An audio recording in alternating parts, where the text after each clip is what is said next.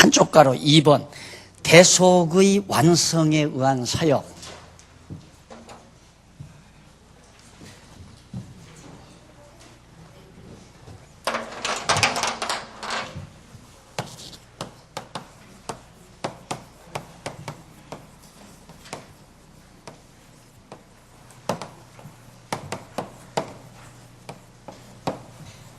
마지막 장이죠.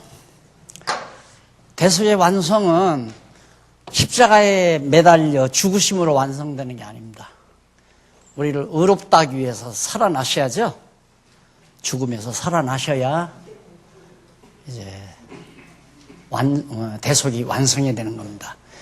그러니까 구약적으로 말하면 이제 양이 이제 제단 위에서 죽고 죄 지은 백성은 안 죽고 생활할 수 있는 거, 그것과 똑같은 거죠. 그러니까 예수님이 죽기만 하고 부활하시지 않았다면 우리의 대속주도 될 수 없을 뿐만 아니라 또 그리스도가 아닌 거죠. 그래서 우리 기독교의 유일한 최대의 표적은 부활의 표적밖에 없다고 그랬잖아요. 내가 너희에게 보여줄 표적이 있다면 요나의 표적밖에는 없다.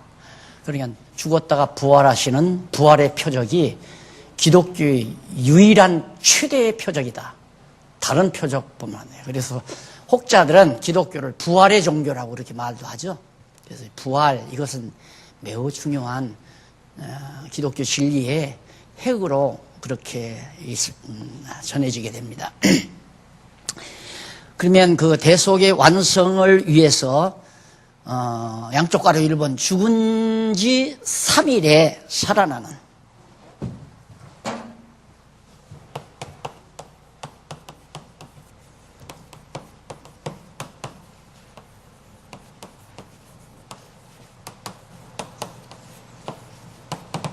1절로부터 그 이하 당분간은 이렇게 좀 써드리겠습니다. 12절. 여러분들이 습관처럼 이제 보기까지는 저렇게 꼬박꼬박 써드릴게요. 죽은 지 3일에 살아난다. 이게 이제 대속의 완성이죠. 죽었다가 3일에 부활하시는 거. 여기서 살아나는 것은 육체로 재생을 말하는 게 아닙니다. 육체로 재생이 아니라 부활의 몸으로, 신령한 몸으로 살아나는 거죠. 그래서 이 신령한 몸은 문을 닫아 걸었는데도 들어갈 수 있고, 예루살렘에 있었는데 갑자기 갈릴리 바다에 동시에 나타날 수 있고요. 그것이 부활의 몸입니다. 또 뭘 잡술 수도 있고. 그래서 우리 목사님들 연구원 할 때 예수님이 부활 후에 제자들하고 생선같이 나누면서 조반을 잡수셨는데 예수님이 화장실을 갔을까 안 갔을까.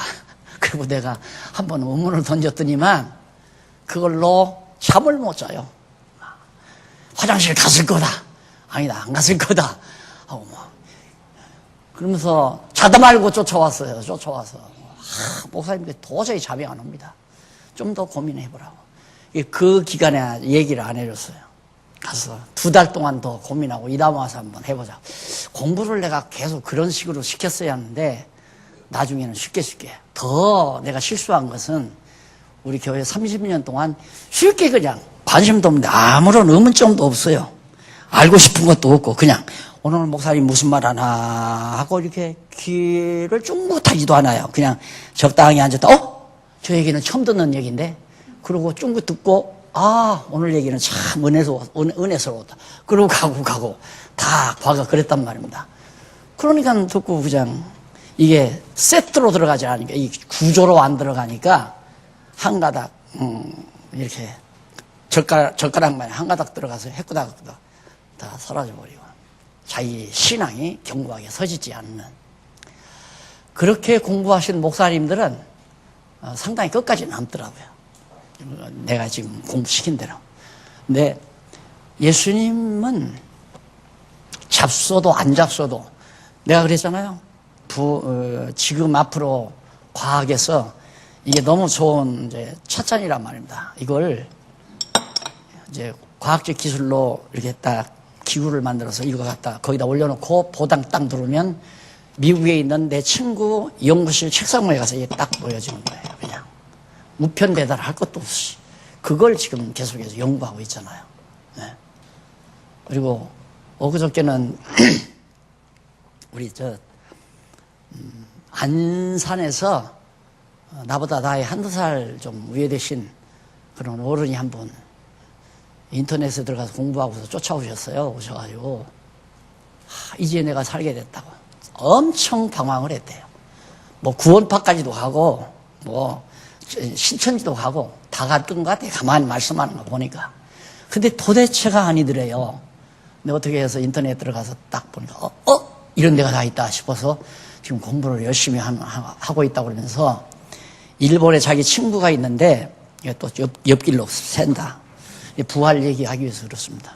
친구가 있는데 스마트폰을 개발하는데 영어, 일어, 프랑스어, 중국어 이걸 우리말로 하면 그 보당 누르면 그냥 지금은 약 한 5% 내지 10%도 안 된대요. 현재 번역은. 근데 그건 70% 이상이 가능하대요. 그러니까 우리 쉽게 강의하는 내용이 다 강의가 가능한 거죠. 그런 엄청난 과학적 기술이 모두가 다 우리가 신령한 세계를 이해하는데 굉장히 참고가 되는 그런 내용들입니다. 우리는 상상도 못하는 일 아니에요. 아니 화면이 이 모니터에 딱 나온다는 것 그 자체도 과거 몇십 년은 그 도저히 이해가 안 가는 얘기 아니었어요. 그러니까 지금 우리가 예수님이 문 닫아 그러는데 들어왔다? 이해가 안 가죠. 근데 너무너무 자연스러운 거죠. 하나님의 입장에서는. 그러니까 모든 존재라고 하는 것이 우리의 이게 존재 이 자체가 하나님의 능력의 기운이, 하나님은 능력의 원천 아니에요? 그 능력의 기가 뭉쳐지면 이런 물체가 된단 말입니다. 하나님께서 능력의 기를 모아놓으면, 여기에 해당되는 하나님의 기를 모아놓으면 이 물체가 돼요. 그래서 동양 철학의 모든 철학의 근원이 기철학 아니에요. 기로부터 출발해요.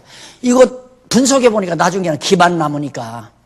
그래서 음기, 양기 이게 동양 철학의 근원 아닙니까? 근데 그게 근원이 아니라 과정이에요. 하나님의 능력의 기운이 모아질 때, 음기와 양기가 모아질 때 하나의 물체가 나오는 것. 어머니, 아버지가 함께 살아갈 때 닮은 아들, 딸이 나오는 거. 신기롭잖아요. 기가 들어간. 음기와 양기가 모아져서 생명체가 되는 거거든요. 이 육신의 생명체가. 그러듯이 우리의 영혼의 이 생명체, 이것도 하나님의 신령한 능력의 기운이 다 작용하면 여기서 싹 없어졌다가 저쪽에다 작용하면 거기서 딱 나타나고. 그걸 아마 앞으로는 과학적으로 입증이 가능하다는 생각이에요. 과학적으로 입증이 가능하다. 이걸 보면 보당 누르니까 친구 연구실 책상 위에 컵 하나가, 내가 보내고 싶은 컵 하나가 그대로 옮겨지는 거. 그거나 뭐가 다름이 있어요. 하나님께서 여기 나타나게 했다가 저기 나타나게 하고. 그래서 부활의 몸으로 예수님이 다시 살아나셨다. 그래서 1절로 7절에 보면 24장 천사가 무덤에 찾아온 여자들에게 살아난 사실을 알려줍니다.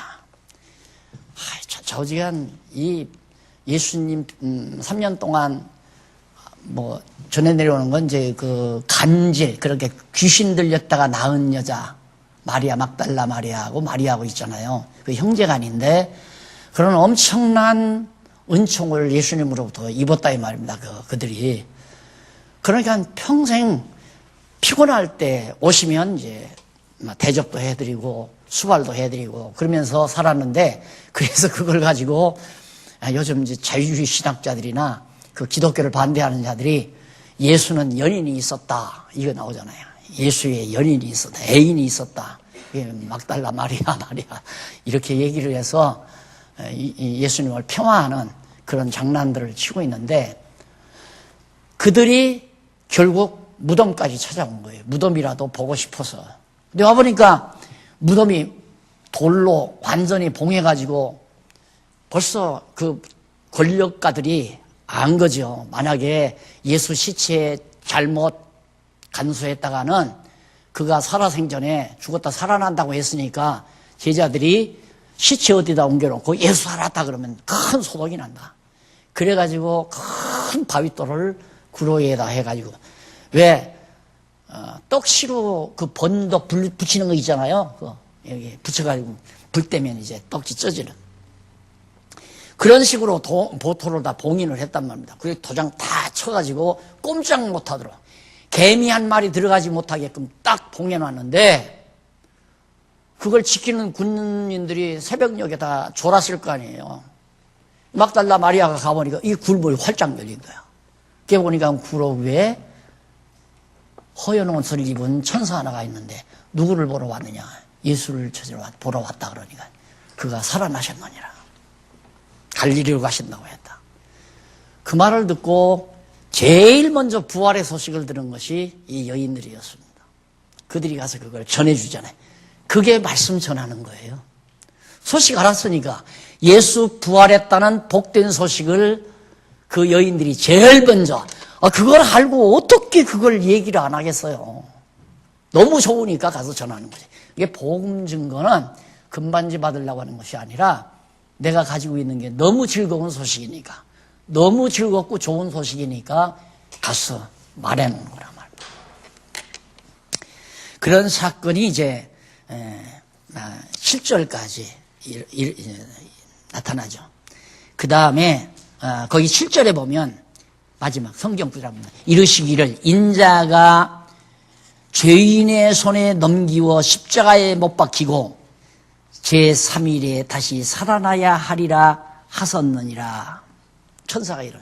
예수님이 뭐라고 하더냐. 죄인의 손에 넘겨 죽은 다음 제3일에 살아난다고 하지 않았냐. 정확하게 금요일 날 오후에 이제 무덤으로 들어가죠.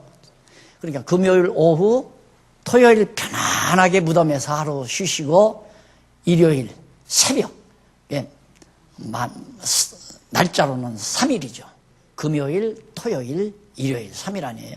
그러니까 토요일 날 완전히 무덤에서 쉬신 것은 안식하신 겁니다. 편안하게 아무 일도 하지 아니하고. 그러니까 안식일을 거룩하게 지켜라, 아무 일도 하지 말라, 그 말은 십계명의 그 말은 예수님이 토요일 안식일에 무덤에 들어가셔서 손 하나 까딱하지 아니하고 쉬실 것을 미리 언약하신 말씀이란 말입니다. 십계명 중에 안식일을 거룩하게 지키라는 말이. 그게 예수님이 다 이루신 거란 말이에요. 그런데 지금 주일날 이거 안식일이니까 빠지면 안 된다. 참 내가 이렇게 알고 보니까 현대 이게 나타난 모든 교회라고 하는 게 참 우습지도 않아요. 이게 하나의 전통, 오랜 동안의 전통을 통해서 관습으로 만들어진 것으로 완전히 종교라는 형태를 만들어 놓고 어리숙한 사람들을 전부 이 규제 속에, 이 체제 속에 다 매료되게 만들어서 종교 지도자들이 한몫 챙기는, 그래 유병헌 형과 같은 교주도 나오고 또 적그리스도도 나오고 거기에서 이게 꽉 차 있잖아요 지금. 전부가 다. 안식일이 무슨 안식일이에요. 예수님이 다 이루셨는데. 그래서 꼭 주일날 나와서만 성경을 설교를 통해서, 목사의 설교를 통해서 성경을 배워야 된다고 하는 고정관념이 모든 사람에게 꽉 껴들려 있어요. 그게 전통에 의한 관습에 의해서. 그래서 다음 신문에는, 이번 신문에는 다른 건 나가고 다음 신문에는 지금 제가 글을 쓰고 있는데 관습에 의한, 전통에 의한 관습화를 단호히 배격한다. 교회 교육의 교육 방법에 전통에 의한 관습화를 단호히 배격한다. 관습으로 다, 전통에 의해서 관습으로 다 만드는 거예요. 첫째는 중세 로만 가톨릭. 마치 그래서 이 말하면 또 날따라 이단이라고 하니 주일날 하루라도 빠지면 그건 완전히 믿음 없는 거고, 주일날 죽으라고 나와서 참석하는 게 신앙생활인 줄 안다. 그렇게 관습적으로 만들었잖아요. 그리고 주의족에게 잘 받들어 섬기면 믿음 좋은 거고 충성하는 거고. 그래서 예수님께서 구약의 모든 십계명이나 모든 율법들은 예수님이 다 이루실 것을 선지자가 미리 3일에 살아나리라고 예언한 것, 요나의 표적도 예수님 다시 살아날 것에 대한 예언이고, 그 다음 또 다른 선지자도 그 살아날 것에 대해서 예언을 했죠. 그 예언대로 예수님께서 이루어 주신 겁니다. 그 다음 8절로 12절에 보면 여자들이 11사도와 다른 이에게 살아났음을 알려줍니다. 여자들한테 사도들이 전해 들었잖아요. 이걸 보면 참 사도들이 뭐랄까 무참하지 않았겠나. 야, 우리는 예수의 제자라고 몇 년 동안 죽도록 따라다니는데 어떻게 저 연약한 여인들을 통해서 이 소식을 우리가 듣게 됐나. 예수님이 살아난다고 했으면 가봐야 할 거 아니에요. 상식적으로 봐도. 안 그래요? 3일 후에 내가 다 살아난다고 다 일러줬으니까 야, 오늘은 예수님이 살아날 거 아니냐. 우리 가보자. 상관없어요. 다 잊어버렸어요 벌써. 잊어버리고 갈릴리 바다에 가서 야, 예수 죽었다. 야, 이제는 끝났다. 갈릴리 바다에 가서 옛날 배 버렸던 배 다 챙겨가지고 고기 잡으러 나가는 남정네들은 다 그런 건 아니고 믿을 수가 없어.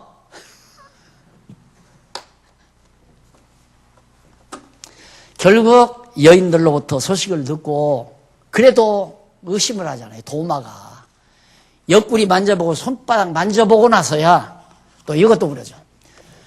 자, 어느 신실한 집사님이 군대에 가가지고 군대 생활을 하다가 팔이 끊어졌다. 근데 그 사람 예수 믿고 부활하면 이 다음 팔 끊어졌겠느냐, 팔이 붙었겠느냐. 그걸 내가 과제를 냈죠. 그랬더니 그걸 가지고도 또 잠을 못 이루고 난리예요. 그러니까 부활에 대한 신령한 몸에 대한 깊이를 근본적으로 못 깨닫게 되면 이런 게 다 문제가 되죠.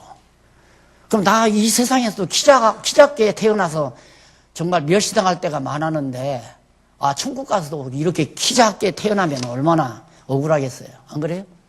얼굴 못생기고 또 억울한데 천국에 가서도 또 얼굴 못생기게 부활을 한다면 이런 것들이 다 부활에 대한 근원적 진리를 우리가 파악하지 못하면 한없이 문제가 발생하는 거고 의심이 가는 거고 이제 그렇게 되는 겁니다. 그래서 결국 제자들이 이제 예수의 부활에 대한 소식을 듣고 두 번째 넘어가서 2페이지에 보면 602페이지에 보면 양쪽 가로 2번 실체를 보이고 승천함.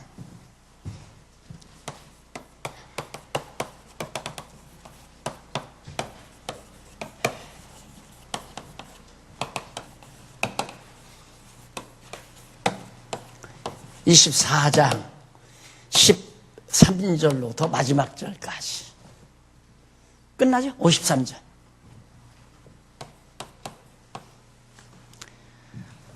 예수님이 자, 부활의 몸이 실체가 있다. 그런데 그 실체가 아까도 말했지만 죽으실 때 못 뺏긴 자욱, 또 옆구리 창자국 찔린 자국 이렇게 보여주니까 다.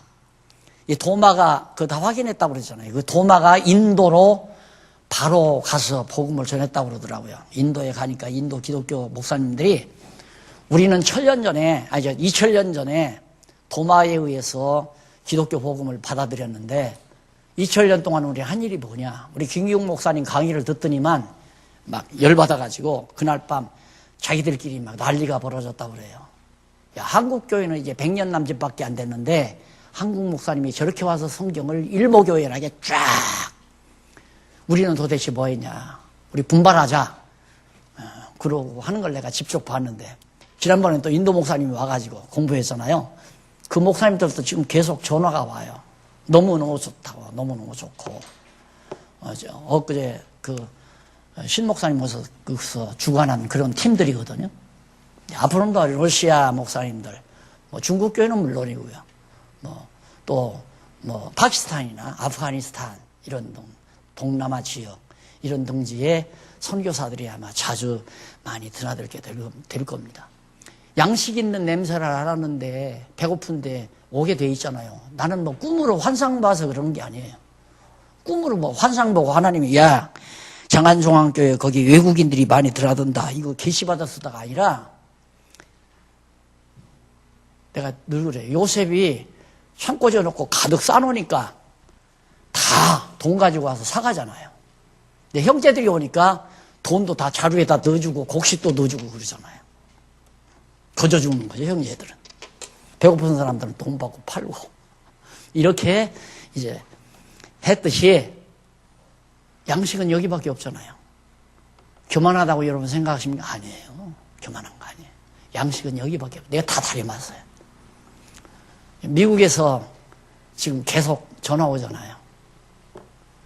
지금 계속해서 공부하고 있고. 예. 우리는 그동안 하나님께서 우리에게 이런 여건을 마련해 줬으니까 우리가 변질 없이 이 진리가 변함이 없이 잘 보존하고 있으면 배고픈 사람들 올 때 따복따복 알기 쉽게 따복따복 전달만 하면 하나님의 일은 잘 이루어져 가리라고 봅니다. 자, 엠마오로 가는 두 사람과 동행해 살아난 실체를 보여줍니다. 엠마오로 두 사람이 걸어가면서 예루살렘에서 있었던 일을 다 얘기하고 있는 거예요. 뭐 이렇게 해서 예수라는 사람이 이렇게 붙들려서 십자가에 못 박혀 죽고 그 다음에 그 예수가 살아났다고 그러더라. 뭐 이런 얘기죠. 그런 얘기가 지금 그 본문에 27절까지 쭉 13절로 27절까지 쭉 나와요. 거기 보면 조금만 읽어봅시다. 그날에 저희 중 둘이 예루살렘에서 25일이 되는 엠마오라 하는 촌으로 가면서 이 모든 된 일을 서로 이야기하더라.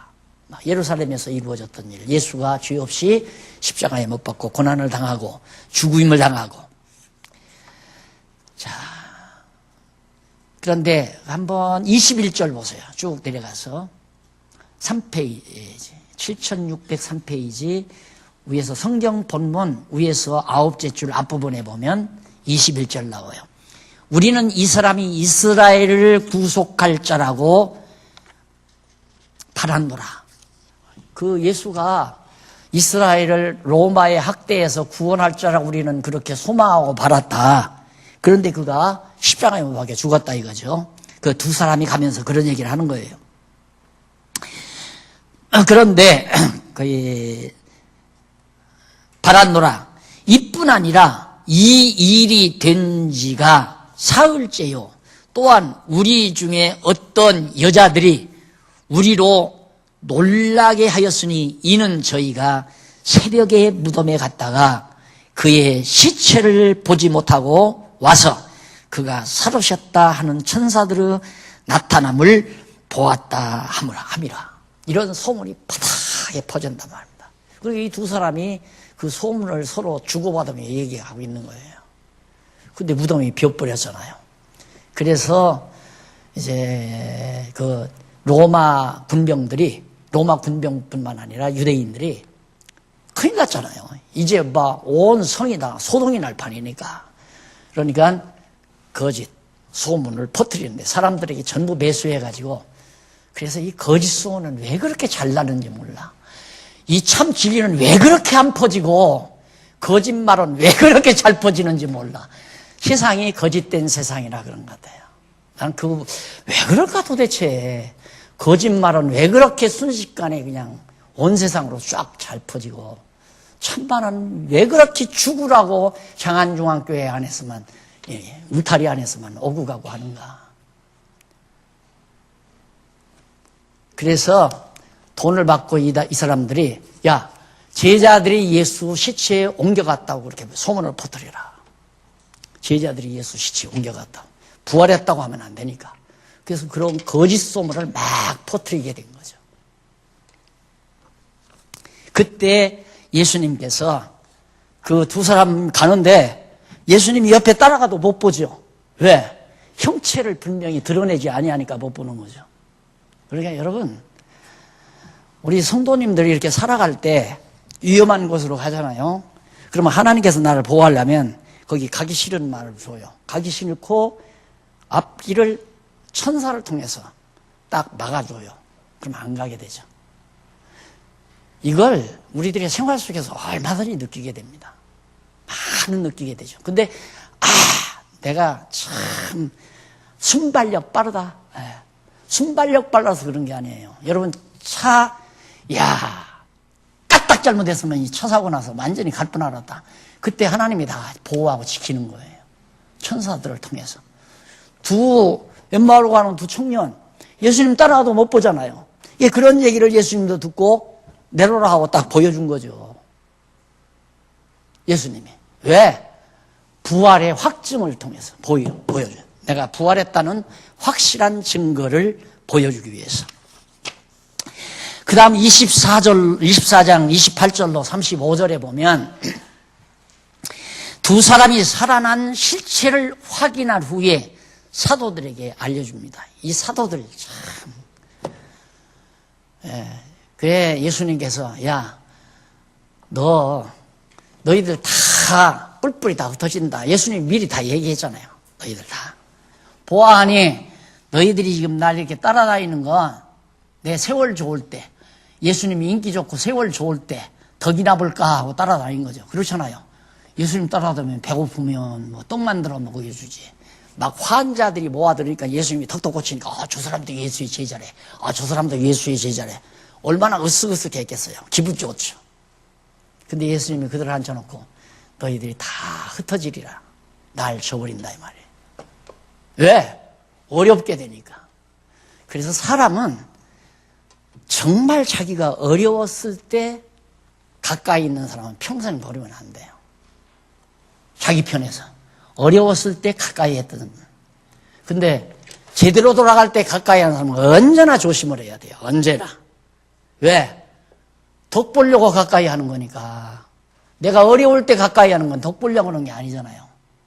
뭐 예를 들어 진리가 좋았다든가 뜻이 좋았다든가 뭔가가 좋다고 생각하니까 가까이 하는 거고, 다 환경이 좋으면 그 사람이 뭘 보고 가까이 하는지 알 수가 없잖아요. 사람인지라 모르죠.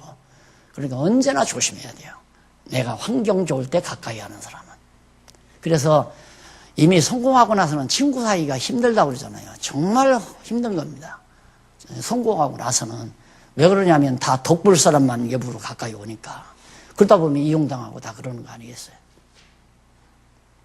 아니 어려워서 회사를 일으켜 놔도 때가 되면 그냥 밟아버리고 가서 회사 차리는 세상인데 그만큼 사람들이 사악하다는 얘기입니다. 그리스도께서 제자들에게 다 버린다는 것도 예수님이 얼마나 어려운 가운데 빠질 걸 당신이 아니까 내가 그렇게 어려운 데 빠지는데도 너희들이 나를 가까이 하겠느냐 이거죠. 베드로도 3번 날 부인한다고 다 얘기도 다 해주고. 그러니까 결국 엠마오로 가던 두 사람을 통해서 제자들이, 사도들이죠. 그러니까 예수님의 제자들이 예수님 살아났다. 이게 무슨 꼴이야 그래. 몇 년 동안 따라다닌 제자라면 부활하신다는 날 아침 무덤이라도 가봐야 되잖아요. 아니 설령 안 살아난다고 하십시다. 안 살아난다고. 3년 따라다녔으면 그래도 3일상이라고 그래요. 3일 왜 장례 치르고 3일째 가서 무덤 살피는 거 있잖아요. 왜? 혹시 여우가 와서 파먹지 않았나? 무덤이 잘 그래도 온전히 보존됐나? 그러기 위해서 유교에서 장례 치르고 3일에 가서 반드시 묘소 둘러보게 되어 있잖아요. 이놈의 제자들은 그런 상식도 없어. 그랬다가 끝내 예수님 살아났다는 소식을 엠마오로 가는 두 청년들을 통해서 우리가 봤다. 우리가 그분을 봤다. 24장 36절로 43절. 살아난 실체를 보이고 만지게 하며 음식을 먹어 보여주는가. 여기 나오죠. 실체 보여주잖아. 부활의 실체를 다 보여줘요. 만지도록 해줘요. 음식도 먹어요.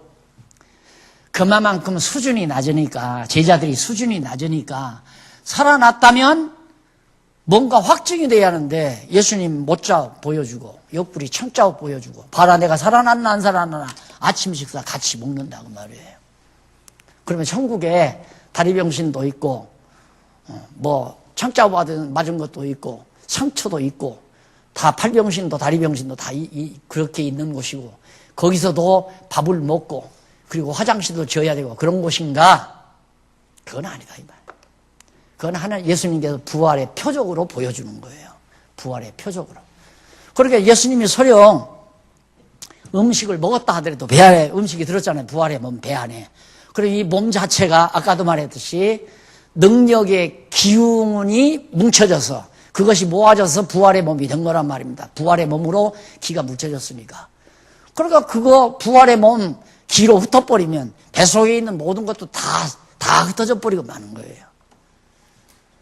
그래서 내가 언젠가 쓰기는 써야 돼요. 영원이란 무엇인가. 영원이란 무엇인가. 이걸 써야 되는 이유는 뭐냐면 이런 문제들을 이해하기 쉽게 하기 위해서 쓰기는 써야 되겠는데 지금 아직은 써야 될 것들이 좀 덜어있어서 손을 못 대고 있습니다만은 예수님이 부활했다고 하는 하나의 증표로 제자들에게 다 보여준 거죠. 먹어 보여주고 만지게 해주고. 그래서 44절로 53절 있죠. 7페이지에 보면 성경대로 이루어짐을 전하도록 성령을 보낸다며 승천하십니다. 이 마지막 이 대목이 너무너무 깔끔하게 정리되잖아요. 성경대로 이루어짐을 전하도록. 뭘 전하는가? 구약 성경대로 성취된 것을 전한다. 그럼 우리 장한중앙교회에서 잘 전했잖아요. 30년 동안 계속 전한 것이 구약 성경의 언약이 다 이렇게 이루어졌습니다. 그것만 전했으니까. 제가 전례에 따라서 그냥 위임 자꾸 어른들이 아버지 같은 분들이 위임 받아야 된다고. 또 그때 당시는 이제 총회와 싸워야 되니까 혹시라도 또 장난칠까 봐서 그것도 하나 받아 넣어보자고 위임 받았을 때 절더러 답사하라고 그래서 아무것도 기대하지 마십시오. 아무것도 기대하지 마십시오. 딱 하나만 기대해 주십시오. 성경대로 거짓 없이 솔직히 가르쳐 드리겠다. 그 하나만은 기대하셔도 됩니다. 그러니까 나의 인간에 대한 걸 평가를 하면 험심 많은 사람이니까 수도 없고 한도 없겠죠. 좋은 면 하나 봐주시면 다 해결이 될 겁니다. 나는 하나 약속한 건 그거니까 성경대로만 가르치겠습니다. 거짓 없이. 그래서 그동안 이 눈치 보고 저 눈치 보느라고 내가 못 가르친 거, 말 못한 거, 이제는 못할 게 뭐 있나. 그래서 하나하나 지금 다 글로도 쏟아내고 말로도 쏟아내고. 사실 여러 가지 체면 때문에 말 못하는 게 많죠. 혹시 그동안 교인들 고난당했는데, 나하고 함께 고난당했는데 말 한마디 또 혹시 잘못하다가 또 막판에 가서 2단 시비 걸려가지고 이러면 어떠나. 그래서 가능만 하면 좀 이런 얘기는 좀 덮어두고, 이렇게 해서 못했던 말. 요즘에는 가차없이 지금 하나하나 제가 글로도 쓰고 말로도 해갑니다. 마지막 여생도 그럴 겁니다. 그냥 하고 싶은 얘기가 아니라 해야 될 얘기는 다 알려드리겠다. 가르쳐드리는 게 아니라 알려드리겠다. 그대로 깨닫고 행하고 안 행하고는 내 소관이 아니에요. 그건 성령께서 깨닫게 하셔서 행하게 하시는 거고, 나는 하나님께 나에게 먼저 알려줬으니까 알려준 것은 나로 하여금 여러분들에게 알려주라고 알려준 거니까. 그래서 알려주는 것으로 끝나는데도 오해들이 서로 있는 것 같은데 아니에요. 그냥 알려드리는 게 이런 겁니다.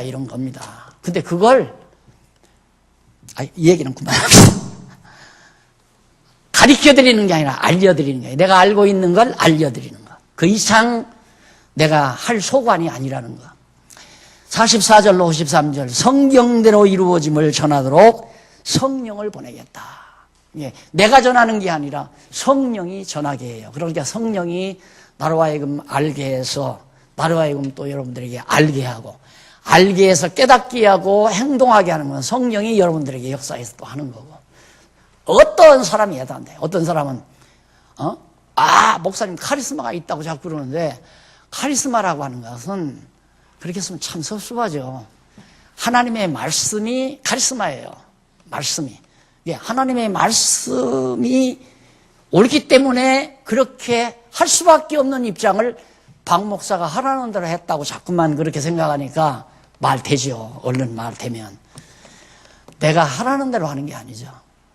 내가 하나님 말씀을 전하니까 그 말씀이 여러분들에게 깨달아져서 맞다. 저렇게 행하자 하고 행하다 보니까 박 목사가 지도력이 강하다. 카리스마가 있다. 무슨 지도력이 있어요? 지금 내가 뭐 가서 여기 권사님들이나 집사님들에게 아주 마당에 풀 좀 뽑으시오 그러면 여기 순종할 사람 한 사람도 없어요. 그러니까 아야 내가 말 안 하잖아요. 그러니까 정말 성령이 전하게 해서 뭘 성경대로 이루어진 것을 성령이 전하게 했다. 그래서 난 성경강론 언약대로 성취된 이 내용이 정말 성령이 나에게 깨닫게 했다. 그 말밖에는 할 길이 없어. 이게 도대체 웬일이냐? 내가 어떻게 이걸 알았는지 마지막 딱 자판호에서 손을 내리면서 딱 생각하니까 이게 웬일이냐 도대체. 어떻게 내가 성경 66번을 하나의 주제에 하에서 이렇게 일목요연하게 정리할 수 있을까? 왜 그럴까? 그리고 오직 여호와 하나님만을 찬양하고 싶은 마음이 왜 이렇게 생길까? 그래서 쭉 몇 페이지 내가 써놨는데 맞아요. 그대로. 아무리 생각해봐도 그대로 뿐이에요. 그대로. 내가 한 것도 아니고 하나님께서 사도들에게도 깨닫게 해서 베드로도 예수 안 믿었잖아요. 원래. 다 모른다고. 사도들도 3년 동안 그렇게 배워도 필요가 없어요. 사람에게 배우는 것은 한계가 있어요. 사람에게서는 정보를 전달받는 것뿐이에요. 정보를 전달받는 것. 그것이 깨달아져야 자기 거가 돼요. 그건 성령이 하시는 거란 말입니다. 물론 전하는 것도 성령이 하게 하시는 거죠. 나도 지금 구태여 내가 이렇게 목이 마르기까지 할 이유가 없잖아요. 근데 안 하면 괴로우니까 해야 편안하니까. 육신은 고달퍼도 해야 편안하니까. 그래서 하는 거죠. 성령이 나를 강권하니까. 그래서 전하는 거고 듣고 깨닫는 것도 성령이 전하는 거고. 배우잖아요. 내가 암만 하고 싶어도 여러분 아무도 안 나오면 공중에다 대고 하겠어요. 안 그러잖아요. 내가 졸업장 줘서 여러분 나옵니까? 그렇지 않잖아요. 또 아유 나 없으면 목사님 맥 풀리지. 그래서 나오시는 건 아니잖아요. 다 성령께서 이런 환경을 주고 여건을 주고 그래서 성령께서 깨닫게 하고 가르치게 하고 깨닫게 하고 행하게 만드시고 그래서 성령 그리고선 그 말씀 남기시고 예수님 승천하시잖아요. 그 마지막 본 한번 읽고 끝을 내십시다. 자, 또 이르시되 내가 너희와 함께 있을 때 너희에게 말한 바 곧 모세의 율법과 선지자의 글과 시편에 나를 가리켜 기록된 모든 것이 이루어져야 하리라 한 말이 이것이니라. 예수님께서 죽었다. 마리아의 몸에서 출생하시고 다윗의 자손에서 오셔서 아브라함과 다윗의 자손으로 마리아에게 출생해서 사시고 3년 동안 사역을 하시고 십자가에 못 박혀 죽으시고 3일 만에 부활하시고 이게 모세의 율법 5경이죠. 그 다음 선지자의 글 이사야에서 말라기까지 시편에서 아가서까지 아니죠. 욥시편 잠언전도가 이게 다 시편들이에요. 이게 구약 성경 다죠. 이 모든 것이 예수님 당신에게 대하여 성경에 다 있더라니까요. 그러니까 성경을 눈 뜨고 안 봤으니까 그러지 글자를 봤으니까 그러지 내용을 바라보면 성경에 지금 성경 개론책의 모든 구조가 성경에 다 있어요. 성경에 그대로 그걸 찾아서 설명을 못해서 그런 거죠. 구약이 전부 누구에 대해 예수에 대해서 강론집이 전부 그거 아니에요. 모든 구약의 내용이 오실 메시아에 대한 예수 그리스도에 대한 예표로서의 모형과 그림자다. 예표로서의 모형과 그림자다. 예표로서의 모형과 그림자다. 너무너무 중요해서 그걸 또 쓰고 했더만 무슨 어떤 놈의 책을 이따구로 쓰느냐고 그리고 신경질 부리는 분이 많다고 그러는데 좀 미안하죠. 왜 그렇게 쓰는지는 그게 너무너무 중요하니까 이걸 강조하느라고 그래요. 구약은 다 오실 그리스도를 다 미리 그리스도에 대해서 얘기한 거기 때문에 전부가 다 창세기로부터 말라기서까지 어느 것 하나 그리스도에 대해서 말하지 않는 것이 없습니다. 그것이 이루어져야 하리라 한 대로 전부 다 이루어졌다. 이것을 전하도록 너희들이 이제 앞으로 전하도록 누구가 성령을 보내주겠다. 그걸 전하도록. 성령이 오신 이유가 뭔가? 성경대로 오셔서 성경대로 죽으시고 성경대로 부활하셨다. 구약의 성경대로. 그걸 전하게 하려고 성령이 오신 거라 이 말이에요. 그래서 그 성령이 오셔서 써놨잖아요, 성경을. 응? 그대로 써놓은 거란 말이에요. 구약의 예언대로 이루어졌다. 언약대로 이루어졌다. 그런데 그 성경을 보고 우리가 모르니까, 그래서 제가 참고서로 맞지 않습니까? 하고 이렇게 써놓은 거예요. 잡소리 하나 안 들어가고 그냥 이 말씀은 이겁니다. 이 말씀은 이겁니다. 이 말씀은 이겁니다. 이해하기 쉽게. 이게 쭉 읽어가면 참고서니까 성경만 읽어가지고는 모르면 참고서를 보면 쉽게 파악할 수 있잖아요. 이게 성경을 이해하도록 도와드린 겁니다. 이거 하면, 이거 읽고 나면 이해가 되고 깨달아지면 믿지 말라고 해도 믿어지게 돼 있어요. 믿지 말라고 해도 믿어지게 돼 있고, 아, 그러면 이제 정말 살아계신 여호와 하나님이 나를 이 땅에 보내셨으면 그러면 이렇게만 살라고 보내셨을까? 이렇게 들어갈 거예요. 왜 보내셨는가? 그럼 내 은사는 도대체 뭘까? 자기에게 주신 은사를 하나님이 깨닫게 해요. 너한테는 내가 이런 은사를 줬다. 그 은사를 행하고 살면 돼요. 그런 은사를 행하고 살면 같은 은사자들이 모여. 나도 같이 할래, 나도 같이 할래.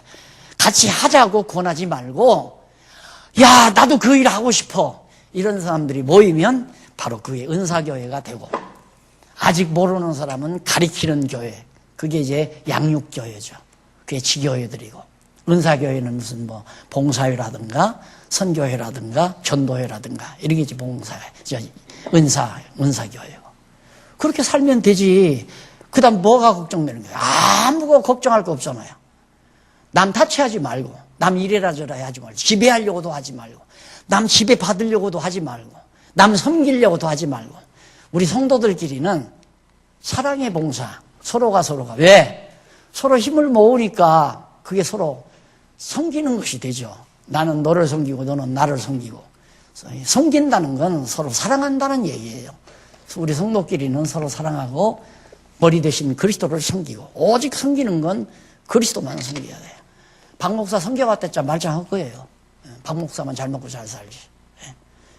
머리 대신 그리스도를 섬겨야죠.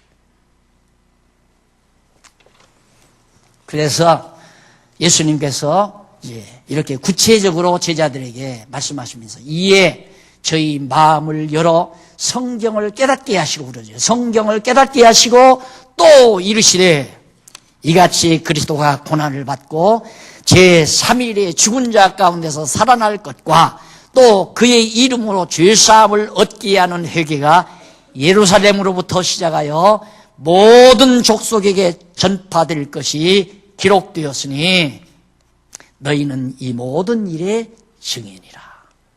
여기가 우리의 소원 아니겠어요? 이 말씀을 들으면 우리 안에 이제 소원이 생기죠. 야, 하나님께서, 예수님께서 그렇게 하겠다고 약속하셨구나. 예언하셨구나. 그렇게 되겠구나. 근데 지금 그렇게 돼가잖아요. 그래서 하나님께서 하시고자 하시는 일에 내가 소원을 같이 해야 소원대로 이루어지는 거지. 하나님은 세계 만방의 복음을 전하려고 만민에게, 엊그저께 그 신목사님 모셔서 그 얘기 아니에요. 핵심은 이거예요. 다 성경에 이렇게 다 약속돼 있다. 마지막 약속의 성취 그러잖아요. 제목도 멋있잖아요. 마지막 약속. 예수님께서 마지막 승천하시기 전에 약속한 이 약속이 반드시 이루어진다. 그래서 자기는 막 인도로, 동남아로, 전 세계로 그렇게 막 선교사를 보내고 복음을 전하고. 우리의 소원도 그거 아니에요. 이제 이 소원 가지고 우리가 살자는 거죠. 예수님 말씀 너무 분명하죠. 이게 안 이루어지겠어요? 이루어져요. 아, 그리고 지금 현재 이루어지고 있고. 아니, 신기하잖아요, 여러분. 어떻게 얼마 전까지만, 몇 년 전까지만도 우리들만 모여서 쏙닥 하고 살았는데, 언약하시고 성취하시고 언약하시고 성취하시고 다 하나님께서 하게 하시오. 그 말만 하고 살았잖아요, 우리들. 그런데 이제 앞으로 여기 많은 나라 사람들이 여기 말씀 배우러 올 겁니다. 내가 귀신 접해가지고 예언한 거 아니잖아요. 이런 말씀 때문에 예언하는 거예요. 여기 양식이 있는데 안 팔러 오면 어쩔 거예요? 굶어 죽어요? 이게 지난번 인도에서 가신 분들도 또 기회에 닿아서 또 온다고 그러고, 가을철에 또 어느 노예 시찰위원들이 다 여기 입소해서 공부한다고 그러고, 여름에 행사가 많으니까 잠시 쉬었다가. 이런 일이 상상이나 했어요, 우리 인간적으로는. 이게 되잖아요. 하나님의 뜻이니까 되는 거예요. 그래서 하나님 하시는 일을 보고 살자. 오늘 우리도 이제 예수님께서 마지막 시체 보여주시고 마지막 말씀, 온 세상에 죽었다가 부활하신 이 놀라운 성경대로, 구약의 성경대로 죽었다가 살아나신 이 놀라운 증인 역할을 너희들이 할 거다. 볼지어다 49절 내가 아버지의 약속하시는 것을 너희에게 보내리니, 아버지의 약속하신 성령 보낸다 이 말이에요. 너희는 위로부터 능력을 힘입을 때까지, 아무 때나 하라는 게 아니에요. 성령을 보내서 너희 하나님께로부터 복음을 전할 능력을 힘입을 때까지 이 성에 유하라. 떠나지 말고 예루살렘에 가만히 있어라 이 말이에요. 그러면 약속한 성령을 너희에게 준다 하시니라. 예수께서 저희를 데리시고 베다니 앞까지 나가사 손을 들어 저희에게 축복하시니, 축복하시더니 축복하실 때에 저희를 떠나 하늘로 올리우시니, 저희가 그에게 경배하고 큰 기쁨으로 예루살렘에 돌아가 늘 성전에 있어 하나님을 찬송하니라. 예수님께서 하라는 대로 예루살렘 떠나지 않고 거기서 부활하신 예수 그리스도 영광을 찬양하면서 기다렸는데, 오순절날 성령이 사도행전에 가면 임하잖아요. 자, 이렇게 예수님께서 사역을 통해서, 그래서 누가복음은 각종 사역을 통해서 예수님 당신이 그리스도라는 것을 분명하게, 누가 여기 요약해서 잘 갖다 놨네요. 누가복음 전체가 사역에 의한 성취인데, 아들 사역, 그 다음 나라 사역, 대속 사역, 맞죠? 예수님이 이 땅에 오셔서 하나님의 아들로서의 사역, 하나님 나라로서의 사역, 그리고 대속 사역을 통해서 당신이 그리스도라는 사실을, 구약에 언약된 그리스도라는 사실을 극명하게 우리에게 확증해 주시고 부활에 승천하셨습니다. 남아있는 건 우리가 그 증인 역할을 하는 거, 그 증인 역할을 하는 거. 나는 어떤 방법으로 그리스도의 증인의 역할을 할 것인가. 이것이 우리의 남은 과제라고 생각을 합니다. 이렇게 해서 누가복음 강의를 다 마무리 지었습니다. 다음 시간에는 요한복음 정리를 해드리기로 약속을 하고, 시간 나시는 대로 한 번씩 한 너댓 장씩 읽어보시면은 공부에 훨씬 도움이 되시리라고 생각합니다. 기도하십시다. 살아계신 하나님 아버지, 은혜를 감사합니다. 너무도 분명하게, 확실하게 우리가 예수님께서 여호와 하나님이 보내신 그리스도이심을 알 수 있도록 성경을 우리에게 허락해 주신 걸 참 감사합니다. 그동안 우리가 성경을 읽어도 무슨 뜻인지 알지 못했사오나 이제 알게 하셨사오니 깨닫고 우리들도 예수의 증인으로 살아갈 수 있게 해 주시옵소서. 예수님 이름으로 기도드립니다. 아멘.